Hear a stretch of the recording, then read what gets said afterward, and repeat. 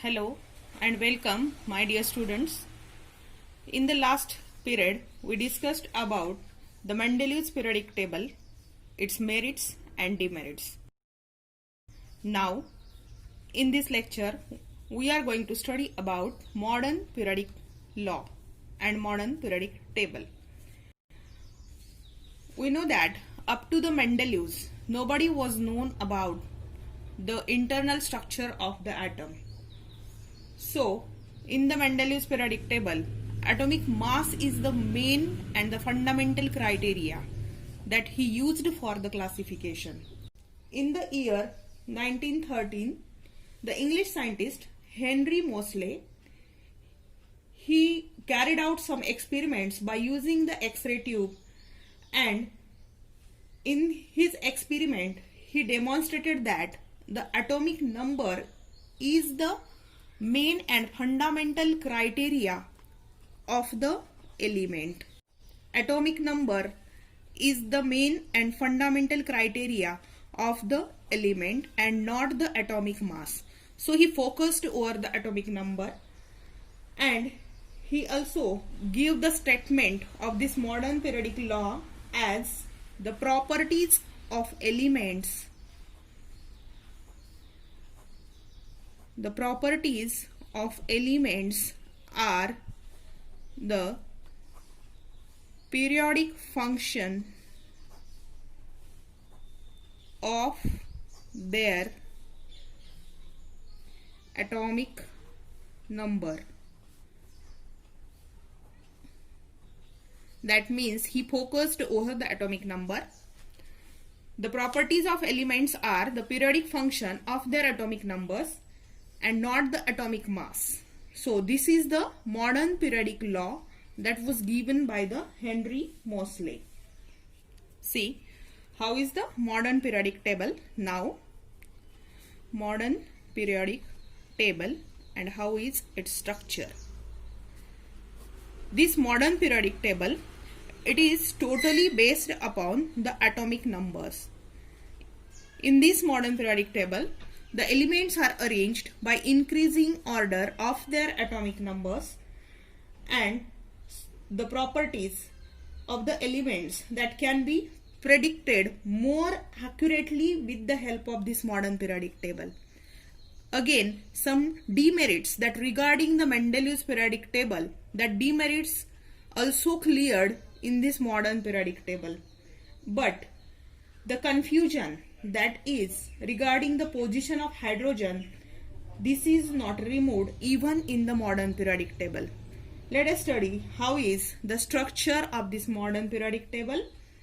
The modern periodic table, it contains the 7 horizontal rows, and these 7 horizontal rows are called periods.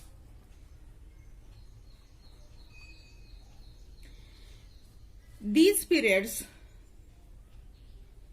these are numbered as 1 to 7.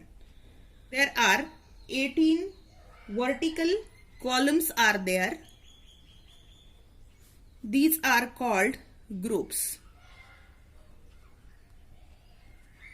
and that are numbered as 1 to 18. The arrangement of the periods and group. See, this is the modern periodic table given in the textbook. See, these are the horizontal lines in the modern periodic table, and these are the vertical lines. The vertical lines are called groups and horizontal lines are called periods. So, in the modern periodic table, 7 periods are there. 7 vertical lines are there. So, 7 periods are there and 18 vertical groups are there. 1, 2, 3, 4. See, these are the 18 vertical columns. So 18 groups are there and 7 periods are there in the modern periodic table. And at the bottom 2 lines are there. These separately placed at the bottom of periodic table, and these are called lanthanide and actinide series. Then this periodic table, it is divided into 4 blocks: S, P, D and F. It is also shown by different colors in the textbook. So these are the S block elements, and these S block element, these are nothing but the elements which are present in the group 1 and 2. These all elements are called S block elements. Then from group 13 to 18, all the elements which are present from group 13 to 18, these are called P block elements. And from 3 to 12, those are shown in the yellow colored. See, from group 3 to 12 group, these are called the D block elements. And the elements which are present separately at the bottom of the periodic table, these lanthanides and actinides, these are called F block elements. The D block elements that is present in the group 3 to 12, these are also called transition element. Transition element means the elements whose last two shells are incompletely filled.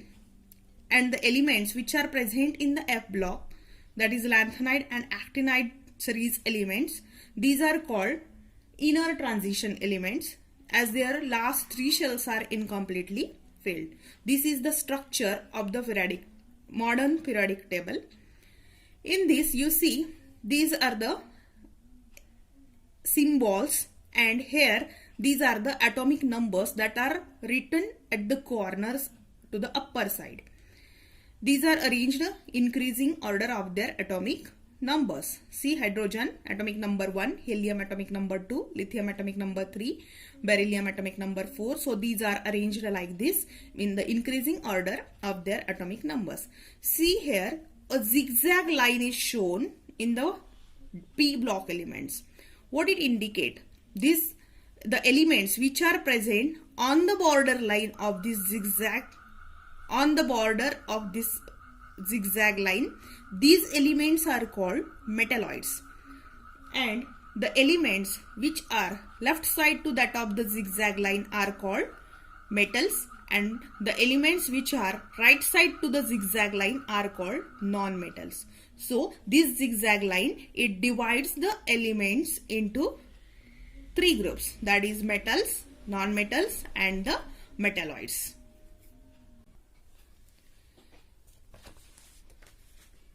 See the periods and how the electronic configuration of elements are there. See, in the first period, hydrogen, its atomic number is 1, so it has only one electron in the outermost shell.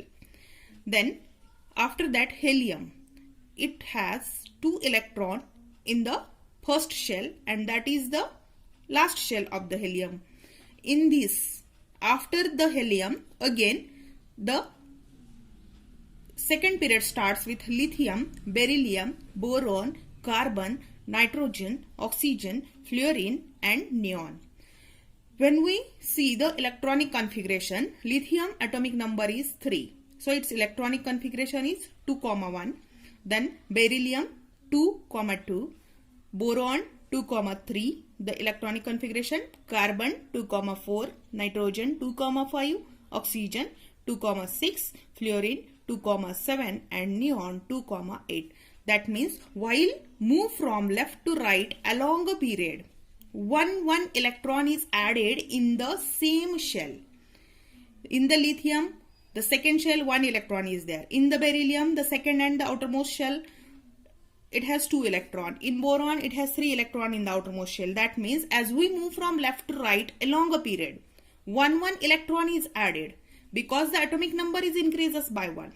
The number of shell remains the same. Only the number of electron in the outermost orbit that get added. And while moving from top to bottom along a group, see, this is hydrogen, its electronic configuration 1, atomic number 1. After that, lithium, atomic number 3, electronic configuration 2,1. The sodium, atomic number 11, electronic configuration 281.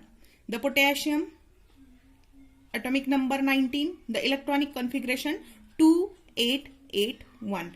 That means as we move from top to bottom along a group, one shell is added.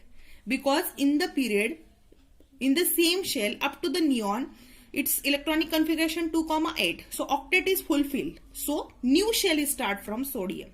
That means as we move down the group, one shell is added, but the number of electron in the outermost shell remains the same. So the group valency, the valency of all these elements which are coming in the group 1, it is 1, because in the outermost shell 1 electron is there. You know very well how the capacity of the octet is calculated. That is calculated by using the law of electron octet, and we know that for that a formula, simple formula, that is 2n square is here. N means number of shell. Suppose the number of shell is first, then what is the maximum capacity of this first shell? 2 into 1 square, that is 2 into 1 is equal to 2. The maximum capacity of first shell is 2. Then how, if we place n is equal to 2, we can get the maximum number of electron by putting in the formula 2 into 2 square, that is 2 into 4 is equal to 8. The maximum capacity to hold the electron of second shell, it is 8, and likewise we can calculate the others. If you like my video, please like, share and subscribe it, and press the bell icon to get the notifications of next video. Thank you.